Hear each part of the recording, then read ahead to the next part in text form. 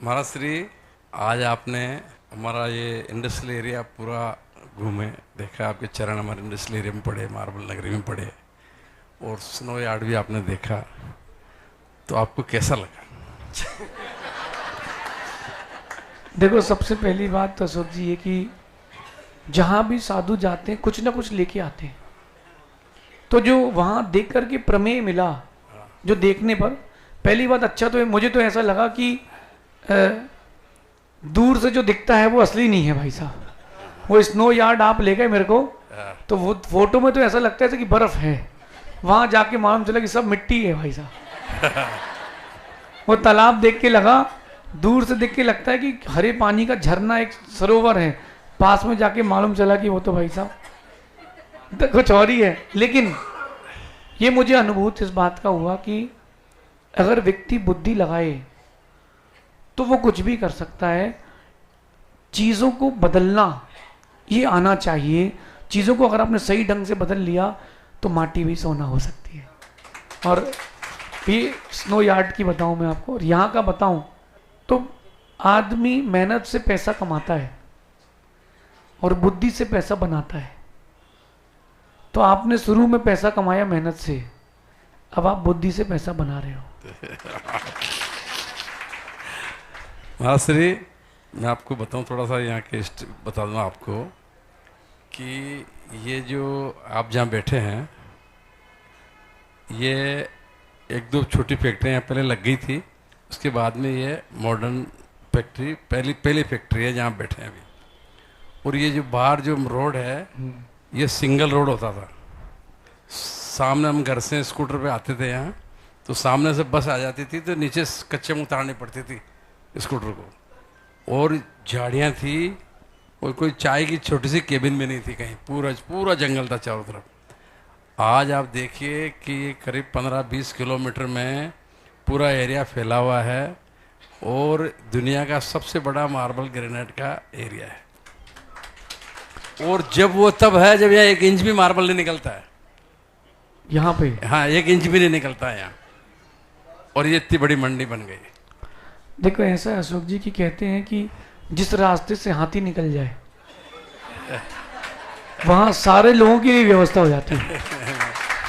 क्योंकि जब हाथी निकलता है ना, तो वो रास्ता चौड़ा करते हुए निकलता है, और वो इतना चौड़ा करता है कि खरगोश हो, शेर हो, जिराफ हो, घोड़ा हो, ऊंट हो, सबके रास्ते बन जाते हैं। तो जंगल होता है, ये जो व्यापारिक क्षेत्र होता है, एक जंगल होता है।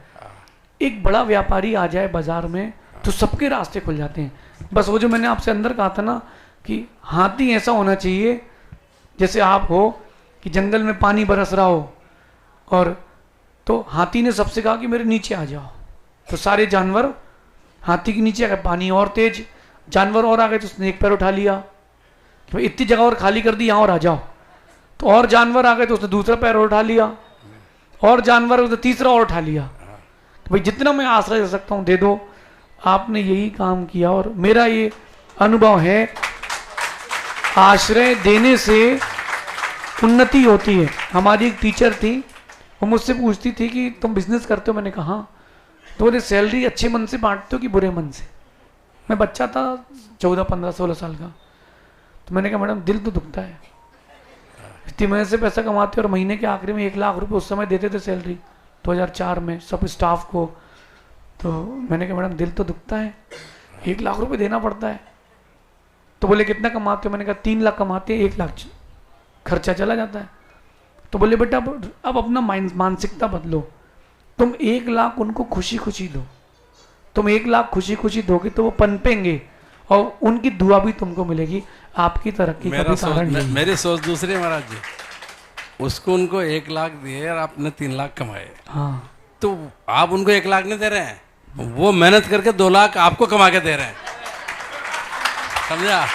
आपका कहना 100% सही है। लेकिन वो जो बिजनेस टेक्टिक होती है ना अशोक जी, हाँ, आना अच्छा लगता है हर किसी को, लेकिन जाए तो अच्छा नहीं लगता।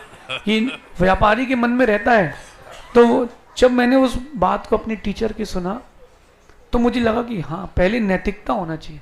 तब मैंने उस दिन से व्यू बदला। जैसे अभी आपके स्टाफ में वो सीए थे, वो कह रहे थे मैं 26 साल से हूँ। कहाँ गई सीए आपके? निर्मल जी, वो खड़े पीछे, वो कह रहे थे कि हमको तो बच्चे जैसे रखते हैं। मैंने पूछा स्विच करोगे कहीं? बोले हम कहीं नहीं जा रहे। अगर आपके अंडर में रहने वाला खुश है, इसका मतलब साफ है कि अपने जीवन में कभी दुख नहीं आएगा। ये तो 26 साल से महाराज, लेकिन वो इनके जो सब हमारे पूरे इंचार्ज, इनके सबके बॉस हैं, वो सुभाष जी, वो 32 साल हो गए उनको। मतलब ये 92 में आए थे, कितने हो गए? 33 साल हो गए। यही देखो, मैं आपसे कह रहा हूँ ना, लोगों की जो दुआ लगती है ना, वो ज़्यादा काम आती है। और जब किसी की एक अच्छी भावना अपने ऊपर स्थापित होती है, तब उसका बहुत फर्क पड़ता है। आपने अपने जीवन में पैसा तो कमाया है, लेकिन मैं तो पहली बार किशनगढ़ आया हूँ और आपसे शायद ऐसे पहली बार मिले। इसके पहले तो अपन और भी पहले मिल चुके हैं, इतने पास से पहली बार मिले हैं। तो मैंने आपके व्यक्तित्व में एक चीज़ पाई है, और वो हर चीज़ हर किसी को अपनाना चाहिए, और वो ये है कि जिससे मिलो उसको अपनापन मिलना चाहिए। बड़ा आदमी वो होता है, बोलूं क्या? बड़ा आदमी वो होता है जिससे मिलने पर खुद को छोटापन महसूस ना हो। तो आप सबसे मिल लेते हो, माँ कहती तो हमारे लिए भगवान है। क्यों? किसी की समस्या आप सुन लो तो उसको बहुत लाभ मिलता है। तो पैसे वाला आदमी बड़ा नहीं है, जिससे मिल करके अपन को ये ना लगे कि हम छोटे हैं, वो बहुत बड़ा आदमी है। तो आप दिल के तो बड़े आदमी हो, पैसे में तो ठीक है, दुनिया को पता है, लेकिन आप दिल के बड़े आदमी हो। और यही चीज़ बनी रहे आने वाली पीढ़ी के लिए भी, क्योंकि राजा का बेटा राजा बन जाए तो देश की उन्नति अधिक होती है। ऐसा नमस्ते। अंतिम जिज्ञासा के लिए तैयार रहेंगे पूज्य सुसंवेगी महाश्रमण आदित्य सागर जी महामुनिराज के गृहस्थ जीवन के पिताश्री श्रीमान राजेश जी जैन जबलपुर से।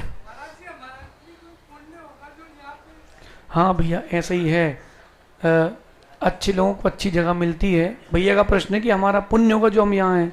आपने हिंदी पढ़ी है? हिंदी अ आ इ ई उ ऊ नहीं, मैं आपको अच्छा उत्तर दे रहा हूँ, घबराओ नहीं। क ख ग घ ग, ये का वर्ग कहलाता है। च छ ज झ या, ये चा वर्ग कहलाता है।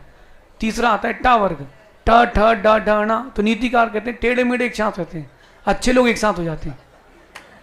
तो ट ठ ड ढ ण ये सब टेढ़े टेढ़े अक्षर हैं।